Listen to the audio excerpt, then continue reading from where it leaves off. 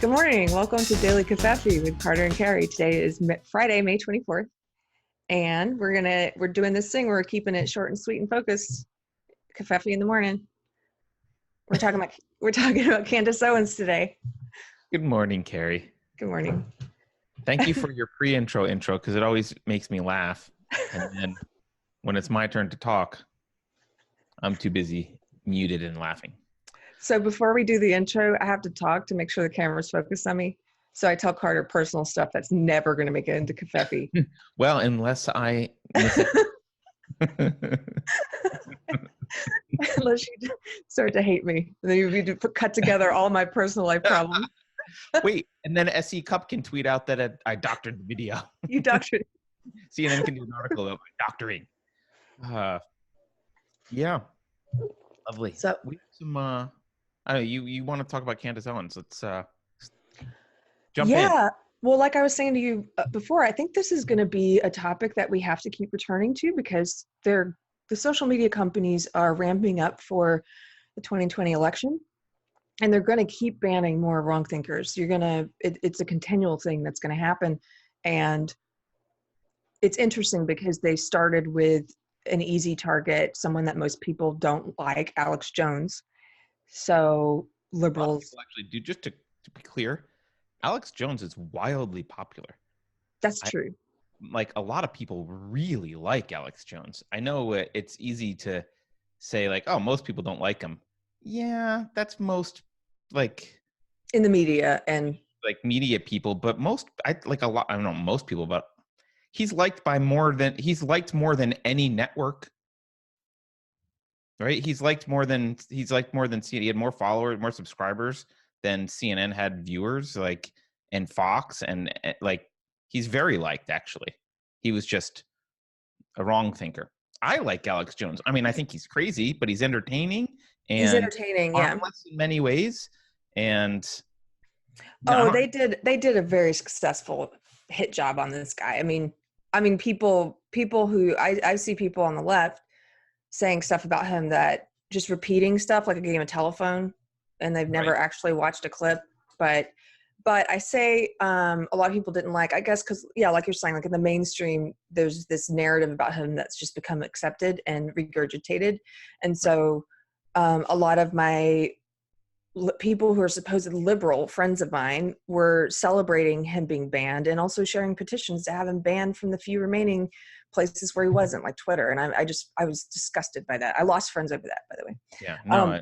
Anyway, I didn't mean to do discussion, but I don't want to buy into the narrative that like, oh yeah, they started with Alex Jones and he's easy because no one likes him. That's not true. A lot of people like him. He's easy because the narrative's already been established for him, right? So that's why he was easy, because they banned Milo first. He was easier. Like they established that narrative first, right? And it took a little while longer to establish the Alex Jones's evil narrative, and then they banned him. But they banned him because he was popular. Yeah, these people are popular and they have great influence, and they have to wait until for the first big ones with great influence. They have to make sure that they have already established that narrative that you've bought into.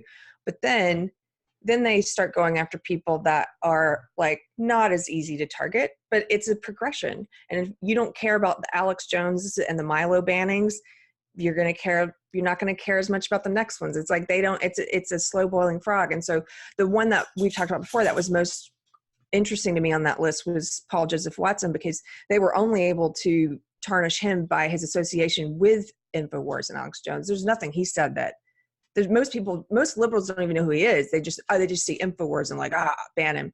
So lots of people have been on InfoWars. I mean, yeah. Paul Joseph Watson is regularly involved in it, but still. Or was, yeah. But you couldn't take his content and prove anything. And I think his lawsuit's going to be successful, hopefully. But so they recently, so a few days ago, they banned Candace Owens temporarily. Now they say it was a mistake. This has happened lots of times. They did this on Facebook. I think it was Facebook or Twitter once to Jordan Peterson. Mistake, they said. Or no, he was locked out of his whole Google account and his Gmail. Oh, that's right. Yeah. Yeah, and they said mistake. But see, they're testing the waters. That's what it is. They want to see how many fans of that person. They want to get data. how many fans of that person are going to complain? Right. Of course. Right. How upset are they going to get if we do that? Right. What you think they don't want a data point before they do a permanent banning? Like, so they banned her temporarily. Oh, sorry, it was a mistake. But a Facebook employee leaked to Breitbart an internal document, which Facebook does not deny that she was on, and they do not deny that she was listed as extra credit.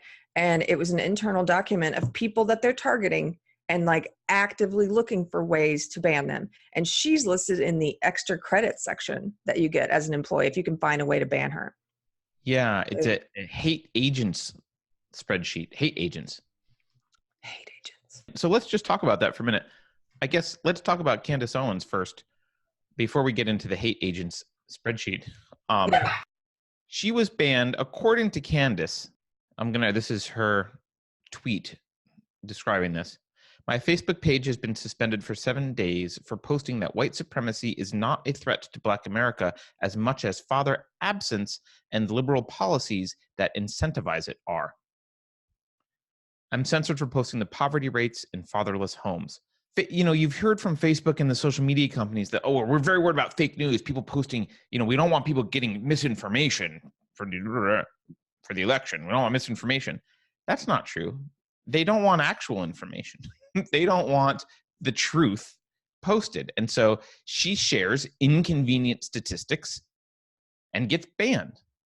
And as we've said before, Candace Owens is a heretic because she would be the queen bee of social justice, but she's on the other side, and therefore she's hated. Oh, they hate her. They hate her. Yeah. And she disrupts the narrative that there's one Black opinion, one Black female opinion. You know, they can't stand her. Right. Well, and she does it in a way, you know, there have been Black females like Diamond and Silk and those kind of people who are entertaining and out there and vocal, but Candace is well-spoken and tenacious and very effective. And so they need to hate on Candace a lot. So but they claim this was a mistake.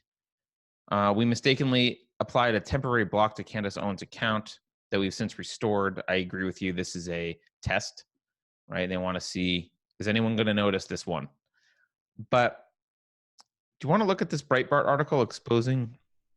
Yeah, let's look at the article because while you're pulling that up, I want to say a little caveat here because I know I hammer this home all the time, but there are so many people on the left, which is where I'm from, who engage in genetic fallacy and effectively deny themselves the ability to evaluate information because they've allowed the mainstream to tell them that certain publications are radioactive and you shouldn't even look at them.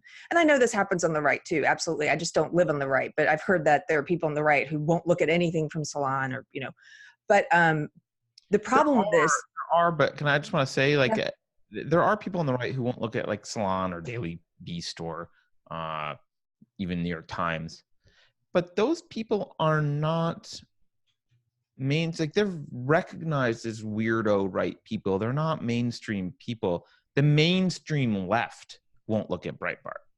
True. And it's a bigger problem on the left. It's a problem. It is a bigger problem on the left. And it's ironic because the left likes to accuse the right of being in a little echo chamber of fake news, but it's such projection. Like the left is so tightly closed up about what they'll look at. And I used to be in that little echo chamber. And the problem with that is, you don't trust yourself enough to be able to read an opinion piece that you disagree with and discern the facts from the opinion parts of it. Or like in the case of Breitbart News, this isn't even an opinion piece. This is a piece of news. They're reporting the straight facts. You may not like the source, but you could read it and get the fact. You can glean the facts from it. Like they have opinion pieces. They have pieces that are just news reporting. But it's almost like it's like condescending to yourself. Like I need to shield myself from this publication. I can't possibly go in there and get. And so you know what they do? They keep information from you, and you're never going to know certain things because certain things are not going to be reported in your little echo chamber. That's certain facts you have to go outside of it to get. So. Yeah, no, it's an admission that your position cannot withstand reality. That it's an admission that your entire opinion is based on something that you are scared will fall apart with contrary evidence. You're afraid that there's reality out there that will destroy the entire model of the world that you have set up, and you're afraid. It's just fear. It's fear. It's total fear. And anytime you're in an online discussion with someone who does that, because it's a really cheap tactic. They'll say, "Oh, Breitbart," or whatever the source is. If they're on the right, they might say, "Oh, Salon," and they won't read it. And it's like you can call out what they're doing without calling them names. You can be like, I think we're all adult enough for us to be able to read this piece and figure out the facts from the opinion parts of it, have a discussion about the facts. Like, try to get them to actually read the piece. Like they are so afraid of reading it. If you can, yeah. Anyway, that alone should be a signal to you if you're in a camp like that where you're afraid of reading something. I mean, it's fine to say, you know what, I'm not going to normally read Salon because I don't like how they report or whatever, but if someone is sharing an article or sharing information, if Salon breaks something, didn't the Daily Beast, aren't they the ones who broke the Steele dossier? No, I'm not sure. I think the Steele dossier is a work of fiction mostly, or at least it's all unconfirmed from what I can tell. But at least, we read it. People who aren't on the left read it. We read the Daily Beast all the time. We read Think Progress. We read Media Matters. What's the BuzzFeed? Maybe BuzzFeed was the one who broke. I think they broke the Steele dossier. But I was thinking Al Jazeera has like a youth thing, like a AJ Plus.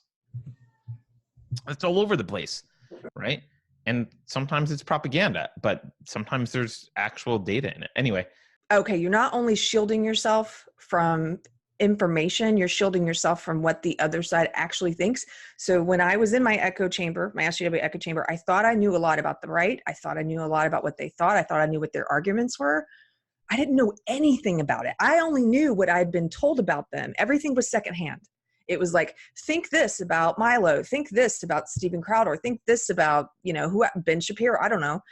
Right. And when you actually start looking at you may still come away with the same opinion, but at least trust yourself enough to go and look at the source material and make up your own mind once in a while. Don't check yourself and say, is everything that I believe been told to me by someone else, or is it my own opinion? And you might be shocked because you probably hold a lot of opinions that are not your own. So That's the end of my beating that horse. No, that's fine. I mean, we could do an entire episode about that because it also reminds me of an article that someone shared about Julian Assange today, which is a separate thing. Okay. Here's the Breitbart article. So it's about this hate agents list. So this was an internal spreadsheet. So this was posted to an internal discussion group founded by Brian Amerige. He's the Facebook engineer who quit the company about over concerns about political intolerance, it says, right? So Brian had founded this group of internal employees or internal employee group, and someone shared this hate agents spreadsheet to that list. So presumably, if it was a group founded by Brian, it may be unrelated to political correctness, but it may be a group where there are kind of some higher population of wrong thinkers in this group. And so this is how it was leaked. It was shared to this list. Anyway, the source claims that the spreadsheet includes names of prominent right-wing and alternative media figures who were recently banned from the platform. And then there's an extra credit section. Let's look at this extra credit section. I'll see if I can enlarge it. Here we go. This is a screenshot. Someone just looks like they took their phone and just took a picture of a screen. There's this spot here, extra credit. We should look into these after we're done with the above designation analysis. So they've got the people they already know, and then extra credit people to look into. Candace Owens, right? So above that is all the people they've already banned. It's like, here's our hit list, and here's who's coming up next, basically, right? I don't know if above it also includes who's coming up next, and then she's in an extra credit section for people to be potentially added. I don't know. No, I mean, she's coming up next. Like, Yeah, extra maybe. credit. Let's try to get her next. Yeah. Whatever it is. So they want, where is she? What's she known for? Her ideology, actions, major news, etc. Ideology is an interesting one to include here because it's clear that ideology matters. Affiliated hate entities. It's a great term. By the Still way, active. figure out how they do. Look, I'm going to interrupt for 1 second. Affiliated hate entities. Look closely at how they do this. First, they designate one person as a hate entity. Then they designate another, then another. And if you're affiliated with any of those they've already designated, like let's say Candace Owens and Milo had done something together before. Right. They've already officially called him a hate entity. So now she's affiliated with Milo. Like that's how this works. It's an Right. ever She was on expanding Alex list. Jones once or whatever it was. Exactly. Yeah. I mean, this really reminds me of secret police kind of like, okay, well, you're friends with so-and-so, or we saw you once with this guy, and that means that you're an enemy of the state somehow. And but it's pretty Orwellian crap, even if it's not the government doing it. So anyway, yeah, this is their internal list. There's not really much else to this article. They don't have the list. But a Facebook spokeswoman confirmed to Breitbart that the list exists. So now we have confirmation from the company. Yes, we have such a list. And they did not deny that Candace was on it. And then the spokesperson said that the hate agents list, which was created in April, was related to the high-profile bans of alternative media figures, including Paul Joseph Watson and Laura Loomer. So Facebook has basically corroborated this Breitbart story. Right. And then down below the image it says the source. Now this is not the Facebook spokesperson. Now this is right. The source who leaked this. Says the source agreed that the extra credit category refers to individuals that Facebook has not yet banned but is likely to investigate for potential hate speech violations and potential banning. It's like they just have a whole target list of people. And Yeah. you know what? If they're able to do this to Candace and eventually ban her, now she's officially one of the hate agents. So now anybody who's ever done something with her, oh, they're affiliated with a hate agent. Yep. Yeah, no, absolutely. And just be really clear, their intent is to affect the election. That's their goal. Well, I mean, it goes beyond that. They want to control what the public discusses. They want to control the narrative. They want to control what people think. They want to control what's considered truth and what isn't. They want to control ideology at a societal level. And for Facebook across multiple societies, because they're an international company with lots of people outside of the US, they want to control what people think is true and not true and right and wrong. They want to indoctrinate the world. That's their goal. That is their goal here. And I know that sounds hyperbolic, but one can't conclude anything else. But their goal is to indoctrinate the world. It's to shut up dissenters. And a part of that indoctrinating the world is manipulating the election. And to manipulate the election, think about if you did, just think about it this way. If you ran Facebook and your goal was to manipulate the election without getting caught, what would you do differently? There's nothing you would do differently. This is exactly what you would do. You would take no different action than this. You would carefully try and ban people as fast as you could. You would, oops, that was a mistake. Can't ban her yet. We need to build a narrative more. Oh, let's try that again. Like, oh, okay. Oh, we can ban Alex Jones. Oh, that works. Can we ban this? Oh, we got to throw in Farrakhan so we look like we're balanced. Okay, great. He's irrelevant anyway. So yeah, we'll throw him. It's not like they're not going to ban the Daily Show. Yeah. And and they have the media. They work in collusion with the media. I mean, it's the social media companies and the media. Yeah, of course. It's all SJWs running these things now. Yes. And it's funny. It doesn't sound hyperbolic at all. I know to people who are in the echo chamber I used to be in, it probably does. But see, here's the thing. Those of you who, I don't know if you watch this show, but those of you who are in my former echo chamber, you've already self-censored yourself. They don't need to keep you from reading these things. You've said, I'm walling myself off in this little world. And when anybody shares a Breitbart article, for example, or a Candace Owens video, I'm going to go, no, I can't read it. But you're a good robot already, dude. Everyone else, people, the vast middle is who they're trying to wall off this information from. So it's for the people who don't self-censor, they're censoring for you. They know better. And I know we've belabored this before as well, but it doesn't matter if it's the government or not. It's censorship. This is effectively the public square. So it could be legal. It's a private company. There's also an argument that to be made that it's fraud because they've told people it's free speech and it's not. But the point is, it's still censorship. It's the biggest for government regulation. Yeah. We're just saying it's censorship. That's all we're saying. We're just saying it's censorship, and it's friggin' scary. And if you've actually read the books that you guys talk about, a lot of people on the left talk about, like 1984, this should alarm you. And if it doesn't, that's concerning to me. Like how self-censored are you that you're like, this is fine? Like yeah, the other thing that's really odd to me is the left constantly is concerned about large corporations doing evil things. And they have this image of like a CEO of a large corporation being this cartoon-like villain plotting, like Mr. Burns plotting to do things, right? But here we have Facebook, one of the most powerful companies on the planet, doing this stuff. And the left, the idiots on the left, I'm sorry, you're idiots if you're on the left and this is your position. The idiots on the left are like, dum-da-dum, they're not manipulating. Dum-da-dum-da-dum. Like, where's your brain? Like, this is exactly what they're doing. Where is your criticism of large corporations? And even if it wasn't an actual agenda, which I believe it is, just think about this. Facebook employees lean left generally, partly because their headquarters are here. I know they have employees around the world, but their headquarters are here in Silicon Valley. Silicon Valley is it's like one of the major organs of social justice, if not the heart of social justice, is in the Bay Area here. And so their employee base is heavily skewed towards crazy social justice ideology.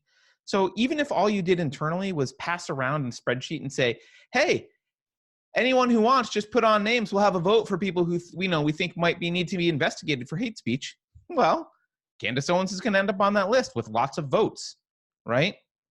And people on the left aren't going to end up on that list with lots of votes. There might be a few conservatives that put some people on the left on the list, but they're not going to get a lot of votes. A lot of people aren't going to put them on the list, and you're going to end up with skewed, if that's how you're going about this, passing around a spreadsheet and like allowing people to just put names on and then saying like, hey, can anyone dig up dirt on Candace Owens? That's what's going to happen. Even if you don't intend to do that, you'll end up with this. And yeah. I think they actually intend it. They intend it. And it's not just, like we've said before, it's not just Facebook, it's all of them. And they work together. It's Twitter, it's YouTube, Google. Google said after the election, there's a video, you can watch it, that was leaked. I think it was leaked to Breitbart as well, of an internal meeting. Yeah. Of Google, where they were like, we're never going to let this happen again. You think they're not manipulating search algorithms? You think they're not banning certain people from YouTube on purpose? Of course they are. Well, we know, so this is the other thing. Google has said, oh, they're algorithms. That's not how algorithms work. We can't manipulate that. But I just read this thing in Reddit the other day, post James Damore. There was a revelation that Google they have an internal, I think it's called like Meme Gen or something. I don't remember what it is. Some meme, the name of it is meme something.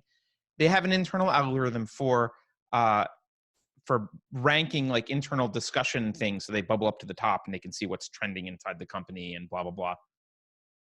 They manipulated that to make anti-James Damore company conversations bubble to the top. So can they manipulate their algorithms? Absolutely. Do they manipulate their algorithms? Yes. Internally, yes. They've admitted it, right? There's evidence they do it externally. We know they've done it internally. Obviously, they can do it. They do it. What makes you think they're not doing it? You saw the meeting, right? Where like, we'll never let this happen again. This is such a tragedy. Like, what can we do to stop Trump? Okay, well, this is what they can do, and this is what they will do. And it's, you're right. It's not just. It's all of them. And I have an interest. Something just popped in my head, Carter.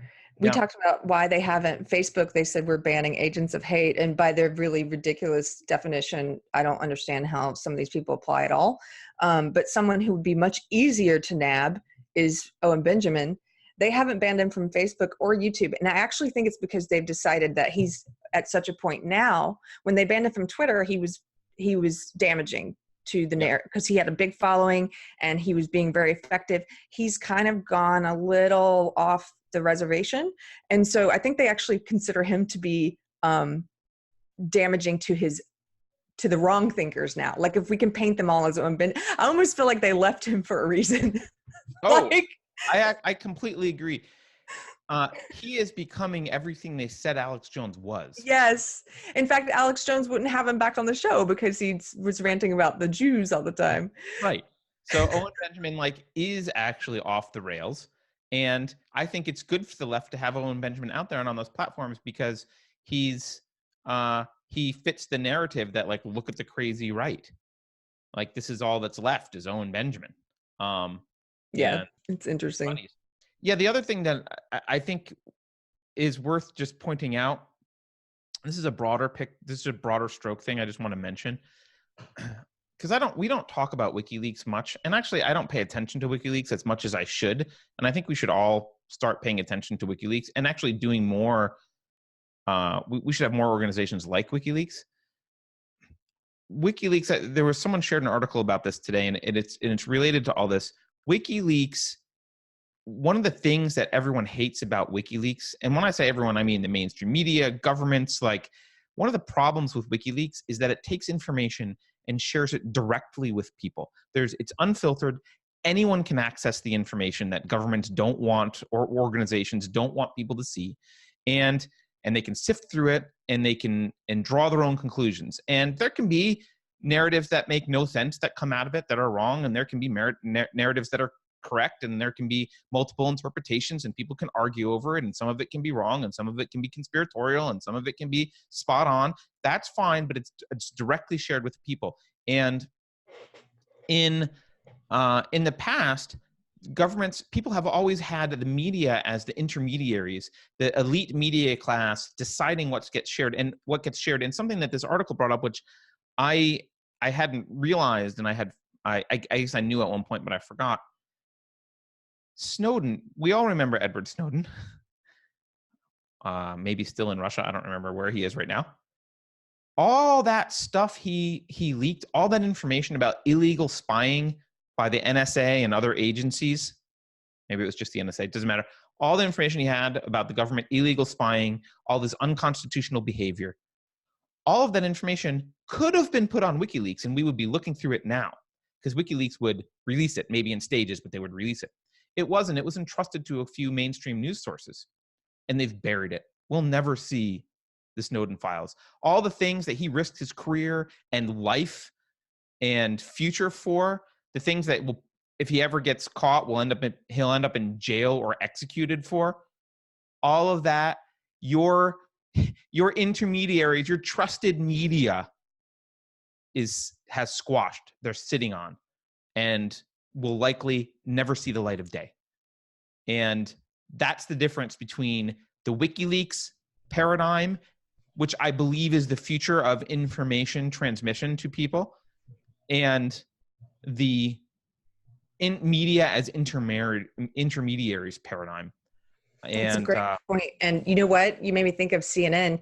Do you remember this clip? I think it was Chris. Yeah, it's Chris Cuomo. It was Chris Cuomo. Yes, go ahead. He incorrectly said there's a clip of him saying that it's illegal for you guys to read anything on WikiLeaks or something like that. Yeah, there was emails that were leaked, and he said, well, it's illegal for you to read them and have them, but we can because we're reporters. And I think he actually believes that because Chris Cuomo is dumber than a rock. So I think he's just like an angry rock. But so I think he believed that. I don't think he actually... I think he's just dumb. But just to clarify, the media has no special rights to read information from WikiLeaks. Anyone can read it, and that's the new thing, and that's the thing that scares the overlords. And if you're on the left, think of it as scaring the military-industrial complex and that big behemoth that you're worried about, the oligarchs, the big banks. If you're on the right, think about it as scaring the deep state and scaring the media, the liberal media companies, and scaring the social media companies. All of those names all refer to the same mass of Trump voters would think of it as the swamp, right? It's all related. These are all your intermediaries that have been controlling the information that you see and pushing you to vote one way or another for their own best interests. And this will stop if there are more WikiLeaks that arise and become popular and information is accessible to people. And then we can all jump in and have opinions and argue about what the information means, but at least the information's there. And so I think Facebook and Twitter and Google, they want to be those new intermediaries. They want to replace, even though they're in bed with CNN and NBC, that's just them wooing CNN and NBC into cooperation right now. Ultimately, they just want to get rid of them. They want to be those intermediaries. They want to control the information that you see.